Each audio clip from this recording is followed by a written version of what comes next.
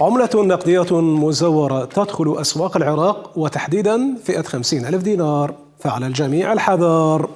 هذا ما تناقلته منصات التواصل الاجتماعي وأثار الريبة والقلق بين العراقيين، والقصة بدأت بانتشار فيديوهات تظهر تعرض بعض المواطنين للنصب والاحتيال ووقوعهم بالفخ. شلون؟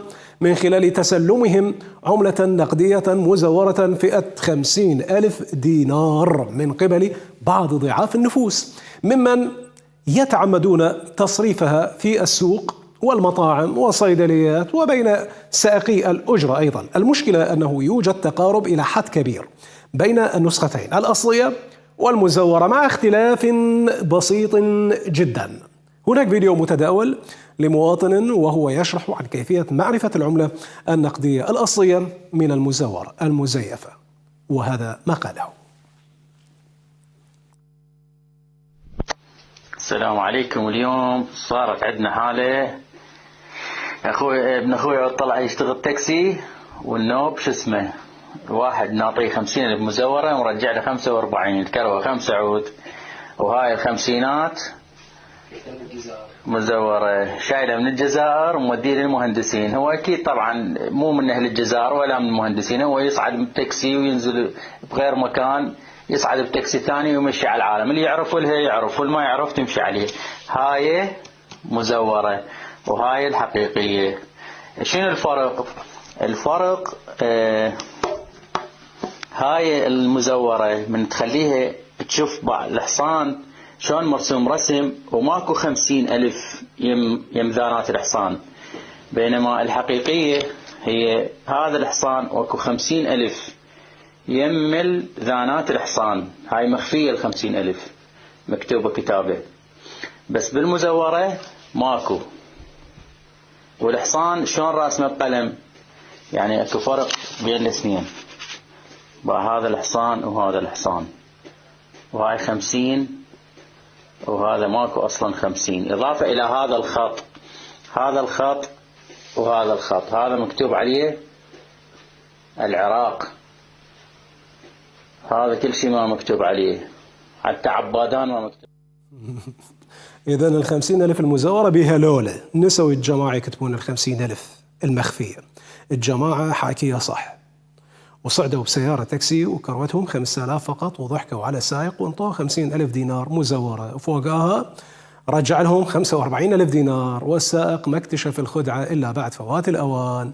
هناك فيديو آخر قديم لكن أعيد تداوله للفائدة مجددا لصاحب صرافة، وهو يوضح الفرق بين المزيف والأصلي. السلام عليكم ورحمة الله وبركاته. اليوم راح نبين لكم 50,000 عملة 50,000 العراقي المزور من الأصلي.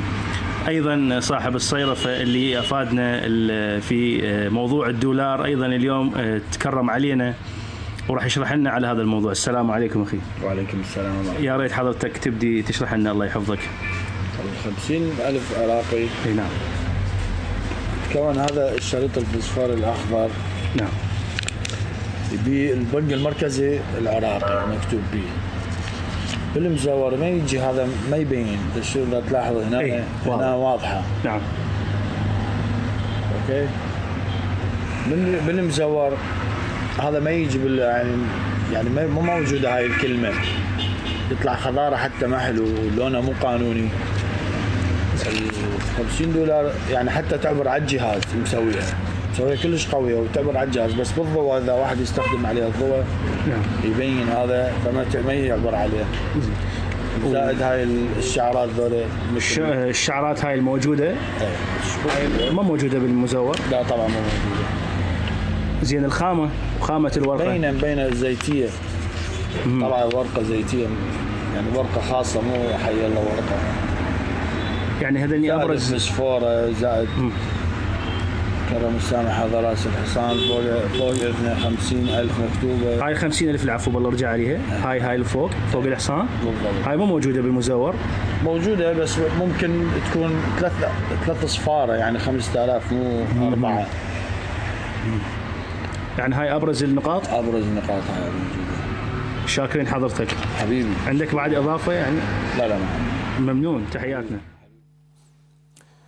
مع كثرة الحديث عن العملات المزورة، هناك صورة قيل إن البنك المركزي أوضح فيها وجود 15 علامة أمنية في فئة 50,000 دينار الأصلية، وها هي أمامكم على الشاشة. هذه هي الفروقات التي يمكن أن تلاحظونها بين الأصلي والمزور، وهذا هو تنويه تحذير لجميع الذين يتعاملون بهذه العملة النقدية فئة 50,000 دينار. لذا وجب التحذير حتى لا تقعون في المحظور وفي الخطأ. أيضا علق مستشارون عراقيون على العملة أنه العملة المزيفة ولا توجد، قالوا أنه لا توجد إمكانيات أو معامل داخلية لتزوير العملة، رجحوا دخولها من خارج العراق بهدف سحب العملة الأجنبية وخاصة الدولار من الأسواق العراقية، وبالمحصلة ستنعكس سلبا على الاقتصاد العراقي. لذلك احذروا من 50,000. وعرفتوا الآن الفرق بين الأصلي والمزور شنو؟ شوفوها زين قبل لا تأخذون 50,000 ويا طلابة الفلوس المزورة ما تخلص بالعراق.